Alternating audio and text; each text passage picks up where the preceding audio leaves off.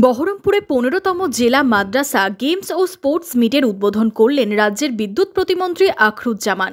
জেলাশাসক রাজর্ষি মিত্র সহ প্রশাসনিক আধিকারিকরা। জেলার মাদ্রাসার ছাত্রছাত্রীরা অংশ নিয়েছে এই স্পোর্টসে। ৬২টি ইভেন্টে প্রায় ৬৫০ ছাত্রছাত্রী অংশ নিয়েছে। পড়াশোনার পাশাপাশি ছাত্রছাত্রীদের শারীরিক বিকাশের লক্ষ্যে এই আয়োজন। আজকে হচ্ছে মুর্শিদাবাদ জেলার যে মাদ্রাসাগুলো রয়েছে, সিনিয়র জুনিয়র হাই মাদ্রাসা এবং এমএসকে এবং রেকগনাইজড আনরেটেড মাদ্রাসা যারা রয়েছে তাদের প্রত্যেক বছরে যে অ্যাথলেটিক মিট হয়ে থাকে বা স্পোর্টস গেমসের মিট হয়ে থাকে, সেটা এটা হচ্ছে মুর্শিদাবাদ জেলার ১৫তম জেলা মাদ্রাসা স্পোর্টস গেমসের অনুষ্ঠান হচ্ছে।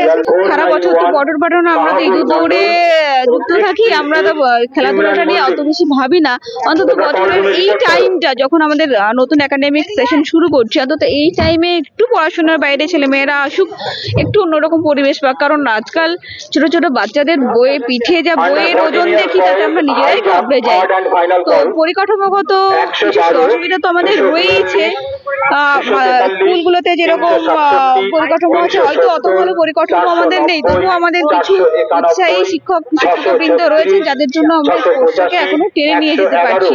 এদিন বহরমপুরে স্টেডিয়াম ময়দানে প্রশাসনিক আধিকারিকরা স্পোর্টস মিটে ছাত্রছাত্রীদের উৎসাহিত করেন। আপনারা জানেন যে প্রত্যেক বছর district council for school games and sports তারা স্কুলের যত স্কুলের ছাত্রছাত্রী বিভিন্ন লেভেল অনুযায়ী তাদের অ্যানুয়াল স্পোর্টস অর্গানাইজ করে ইন্ট্রা স্কুল। ঠিক একইভাবে জেলার যত মাদ্রাসা এবং হাই মাদ্রাসা আছে তাদের জন্য এই Madrasa council for school games and sports তারা কিন্তু ইন্টার স্কুলগুলি এই জেলার যতগুলি স্কুল আছে তাদের মধ্যে এই অ্যানুয়াল স্পোর্টস ইভেন্ট সেটি অর্গানাইজ করে। বিভিন্ন মাদ্রাসার শিক্ষক শিক্ষিকা উপস্থিত ছিলেন এই খেলা দেখতে।